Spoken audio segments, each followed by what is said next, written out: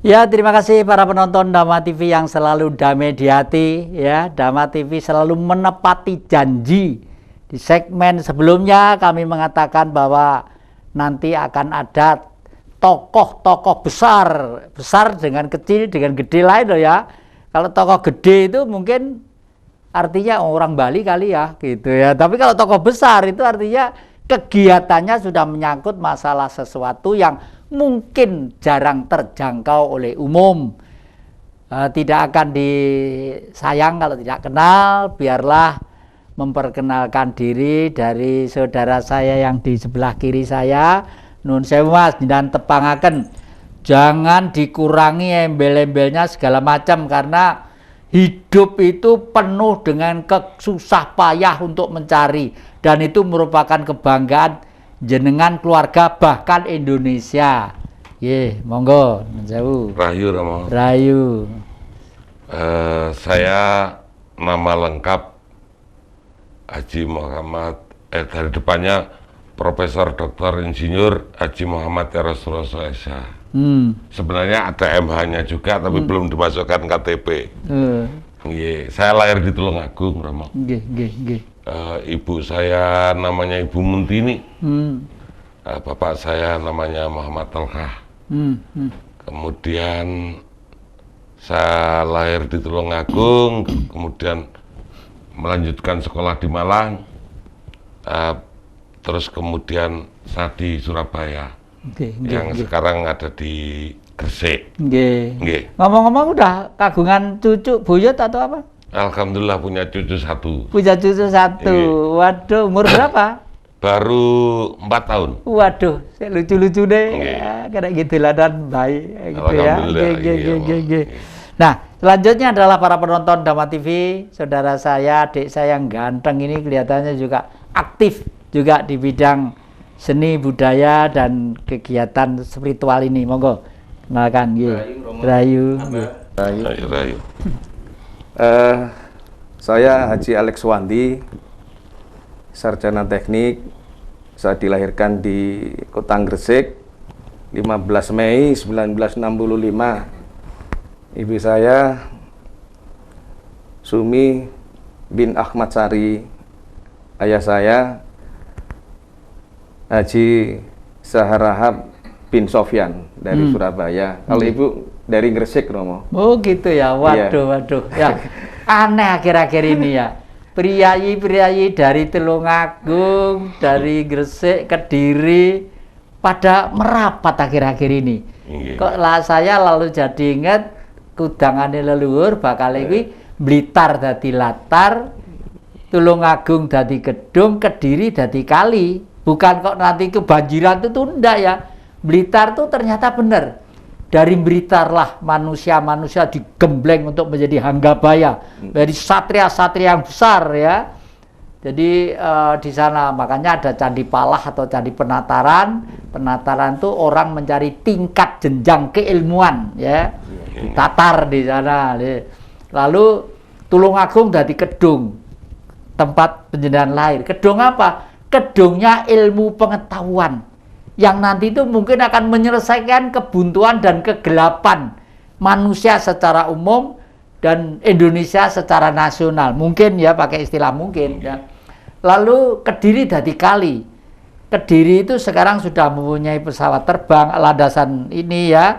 Lalu di sana itu banyak orang-orang terampil yang bekerja di suatu pabrik, tapi sekarang pabriknya itu kelihatannya itu karena situasi sudah banyak yang nganggur di rumah-rumah. Tapi Kediri kelihatannya kalau menjadi mengalirnya kedung yang diproduksi karena ilmu pengetahuan dari Blitar masih memungkinkan toh nggih? Karena pesawat terbang itu jalurnya nanti ke utara itu akan lebih gampang, sampai ke Juanda, sampai kemana-mana, bahkan termasuk ke Bali nggih. Nah, nuwun sewu. Bah, saya manggil menjenengan Abah aja ya. Karena saya anggap meskipun lebih muda, tapi saya anggap senior karena saya menghormati akad pengalaman dan kayalan idealismenya. Panjenengan akhir-akhir ini mendirikan pesan ya. Pesan itu singkatan Persatuan Spiritual Nusantara. Persatuan Spiritual Nusantara. Nah, para penonton Dhamma TV yang kami muliakan, nanti akan kita korek terus loh ya, spiritual. Ini lambangnya ada di sini nih. Ini lambang, ini membuat lambang yang sekarang sudah mulai disebarkan itu tidak gampang. Nuwun sewu, Bah. Jenengan sampai begitu kuat pengen mendirikan spiritual ya, Persatuan Spiritual Nusantara itu idealis secara umum pripun, Mbah? Romo. Jadi kita melihat fenomena yang nyata aja di masyarakat sekarang ini. Banyak sekali orang-orang yang saling menghujat, yang saling menghina, saling menjatuhkan. Nah, dari situ kami ingin bagaimana bangsa kita ini kembali bersatu.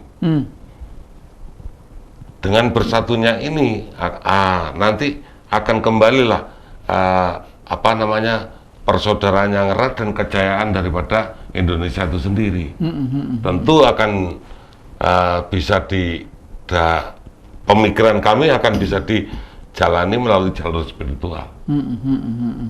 Karena kalau kita lihat selama ini melalui jalur macam-macam adanya ya ribut, ricuh, melalui berusaha disatukan melalui jalur agama juga nggak bisa bersatu. Melalui jalur politik apalagi. Nah, inilah kami akhirnya punya pemikiran, tiba-tiba kami punya ide bagaimana kalau melalui jalur spiritual. Nah, saya sekarang akan beranjak ke yang muda nggih.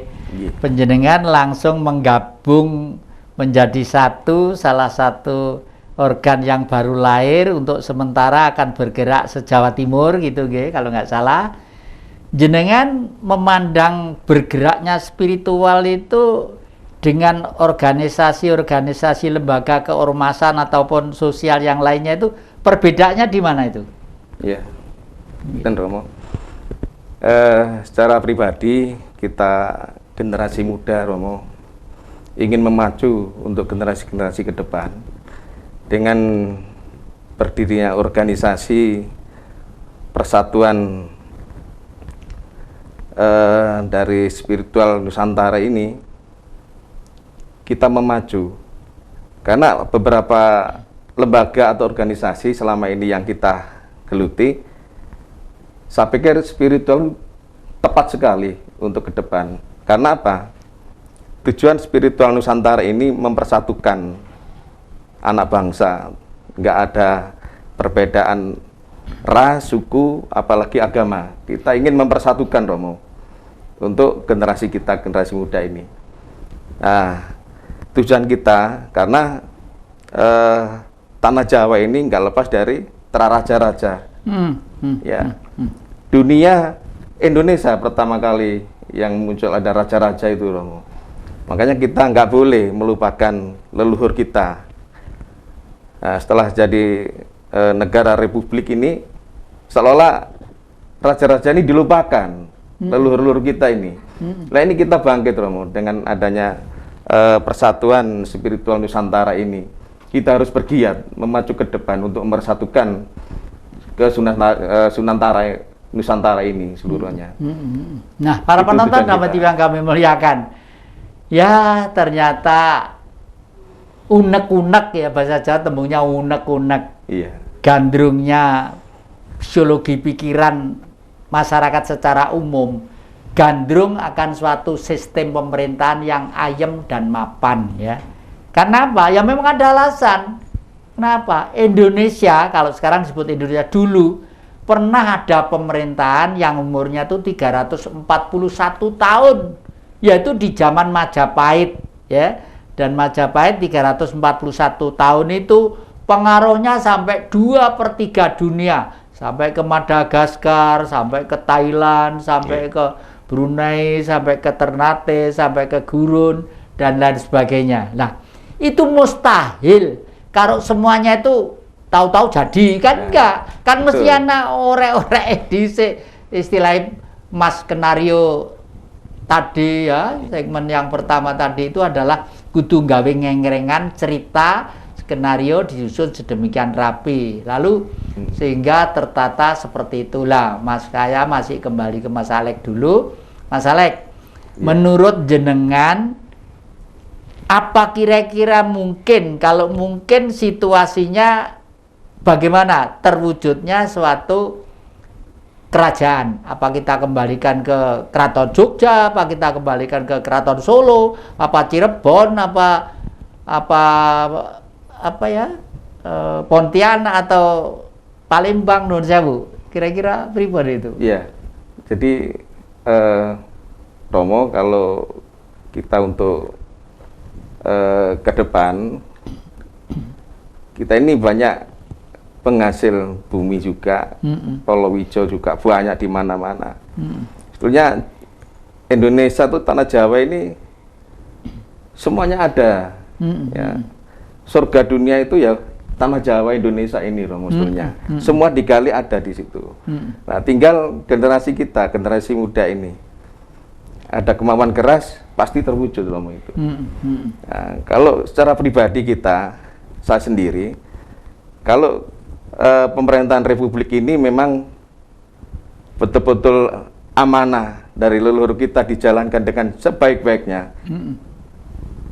insya Allah ke depan rakyat, masyarakat, anak-anak muda kita nggak ada yang terlantar, Romo.